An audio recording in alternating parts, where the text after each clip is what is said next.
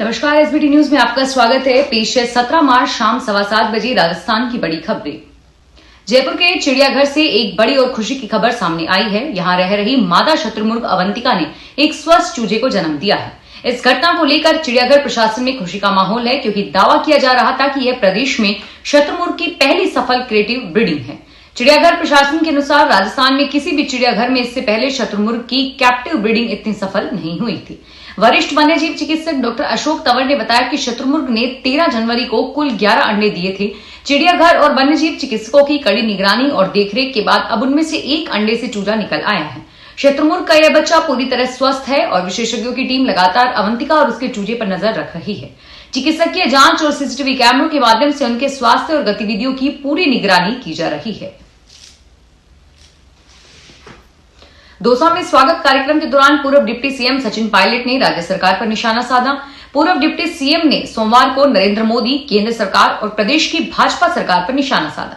उन्होंने कहा कि प्रधानमंत्री पॉडकास्ट बहुत करते हैं, लेकिन प्रेस कॉन्फ्रेंस कभी नहीं करते।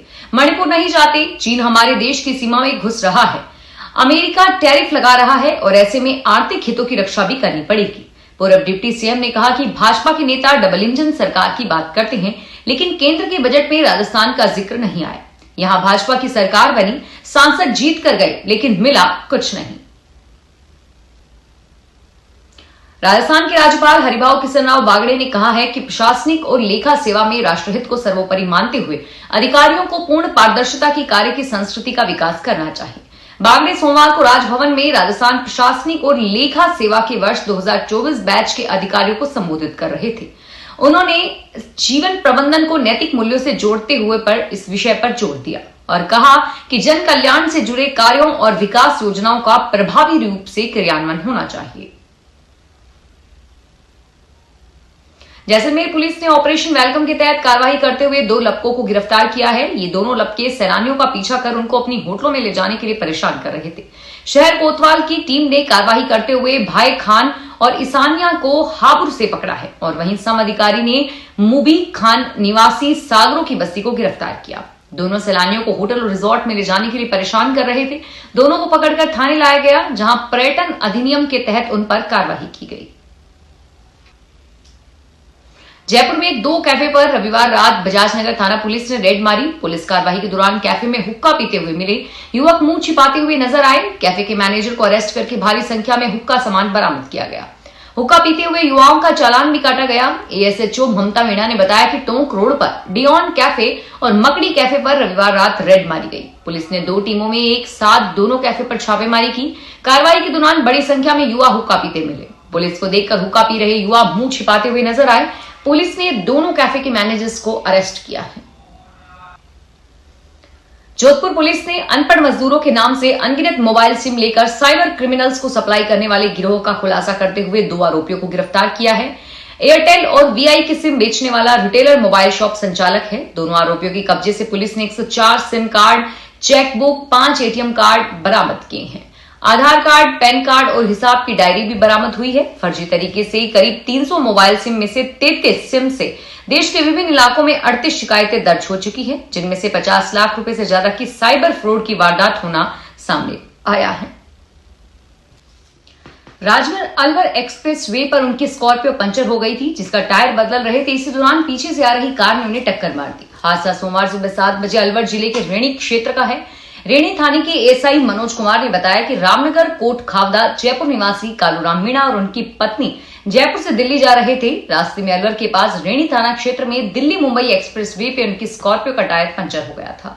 इस पर एएसआई ने गाड़ी को हाईवे के किनारे खड़ा करके टायर बदलना शुरू किया, जबकि उनकी पत्नी कार के अंदर ही बैठी थी। इस दौरान तेज रफ्तार में आई एक टाटा हैरियर कार ने पीछे से उन्हें टक्कर मार दी। टक्कर इतनी भीषण थी कि एएसआई कालूराम मीणा की मौके पर ही मौत हो गई, जबकि उनकी पत्नी गंभीर रूप से घायल है। हादसे की सूचना मिलते ही पुलिस मौके पर पहुंची और घायलों को तुरंत अस्पताल ले जाया गया, जहां उसने भी दम तोड़ दिया। जयपुर में एक घर के बाहर खड़ी बिजनेसमैन की ओडी कार में बदमाशों ने आग लगा दी। आग के कारण कार पूरी तरह कबाड़ में बदल गई। करनी भयार थाना पुलिस ने रविवार रात को एफआईआर दर्ज करके जांच शुरू कर दी है। पुलिस वारदात स्थल के आसपास लगे सीसीटीवी कैमरे को खंगाल रही है। एएसएचओ करनी विहार महावीर यादव ने बताया कि करनी विहार में रहने वाले राजेश ने रिपोर्ट दर्ज कराई थी। राजेश का कार बाजार का बिजनेस है। शनिवार रात को उन्होंने अपनी ओडी कार घर के बाहर रोड किनारे खड़ी की थी। करीब 1:30 बजे के कार की आग से लपटें उठने लगी। आग लगने का पता चलने पर बिजनेसमैन के परिवार ने तुरंत फायर ब्रिगेड को सूचना दी। फायर ब्रिगेड की एक गाड़ी की मदद से आग पर काबू पाया गया। कोटा के चेचट कस्बे में अंतिम संस्कार करने मुक्तिधाम पहुंचे लोगों पर अचानक मधुमक्खियों के झुंड ने हमला कर दिया। इस दौरान लोगों में भगदड़ मच गई। लोगों ने अर्थी को छोड़कर इधर उधर भागकर अपनी जान बचाई। इस दौरान कई लोग हमले में घायल हो गए, जिनका नजदीकी अस्पताल में उपचार कराया गया। प्रत्यक्षदर्शी गोपाल शर्मा ने बताया कि मधुमक्खियों ने एक दिन में 2 बार अलग अलग जगह पर हमला किया, जिससे करीब 15 से 16 लोगों को डंक लगे हैं। शनिवार सुबह रावतफाटा रोड पर स्थित मुक्तिधाम पर शव यात्रा पहुंची, जहां अचानक मधुमक्खियों के झुंड ने हमला कर दिया। लोगों ने अपनी जान बचाई, लेकिन फिर भी 7 से 8 लोग घायल हो गए। अजमेर डिस्कॉम में पहला गैस इंसुलेटेड सब स्टेशन बनेगा। यह 132 केवी का होगा और इसके ऊपर 2 मंजिला भवन बनेगा, जिसमें कई दफ्तर संचालित होंगे। इसके निर्माण से कंज्यूमर को भी राहत मिलेगी। जगह की कमी के चलते यह निर्णय किया गया है और इसमें 10 गुना कम समय चाहिए, जो 100 करोड़ की लागत आएगी और राजस्थान प्रसारण निगम ने इसकी तैयारी शुरू कर दी है। बताया गया है कि इसके लिए 7 किलोमीटर अंडर केबल भी डाली जाएगी। हाथीभाटा में वर्तमान भवन को तोड़कर नया भवन बनाया जाएगा। राजस्थान में भारतीय जनता पार्टी की सरकार के ही मंत्री डॉक्टर किरोड़ी लाल मीणा ने जयपुर में मुख्यमंत्री के काफिले में घुसे एक वाहन को रोकने का प्रयास में जान गंवाने वाले एएसआई सुरेंद्र कुमार की पत्नी को भी अभी तक सरकार की ओर से कोई सहायता नहीं मिलने की विषय पर चर्चा की है। उन्होंने मुख्यमंत्री से सहायता उपलब्ध करवाने की मांग की है। राज्य के कृषि मंत्री डॉक्टर मीणा ने मुख्यमंत्री शर्मा को पत्र लिखकर यह मांग की है कि रविवार को वह श्रीमती सविता के साथ पुलिस महानिदेशक UR साहू से भी मिले। इसके बाद उन्होंने मीडिया को बताया कि वे डीजी साहब से मिलकर आए हैं और मुख्यमंत्री को भी पत्र लिखकर मांग की है। उन्होंने बताया कि मुख्यमंत्री भी श्री सुरेंद्र कुमार के घर जाकर उनके परिजनों से मिलकर आए थे।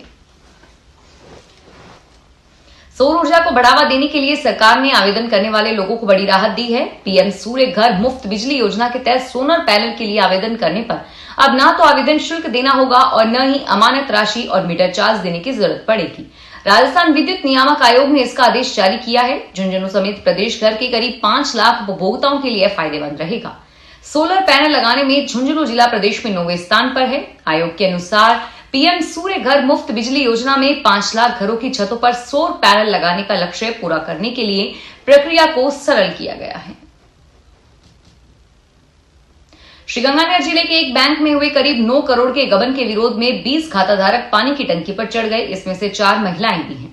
मामला जैसर के मिनी बैंक का है। ये लोग कृष्ण गौशाला के पास शमशान घाट में बनी टंकी पर चढ़ गए।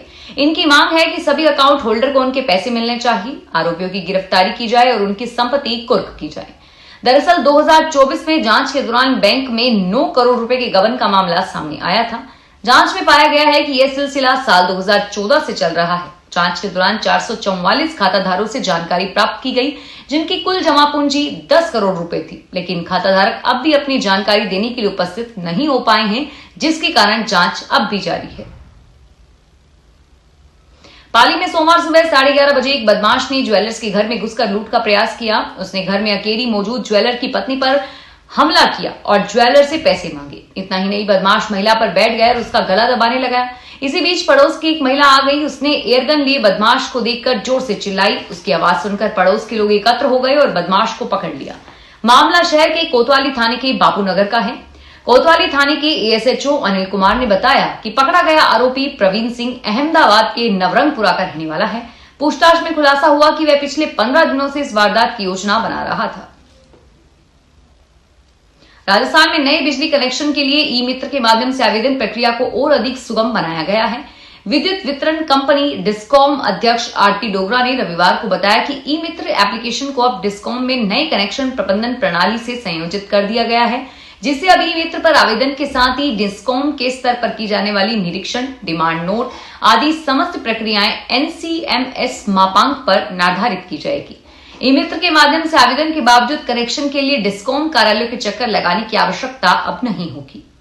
फिलहाल इस बुलेटिन में इतना ही और फिर हाजिर होंगे तमाम बड़ी खबरों के साथ। धन्यवाद।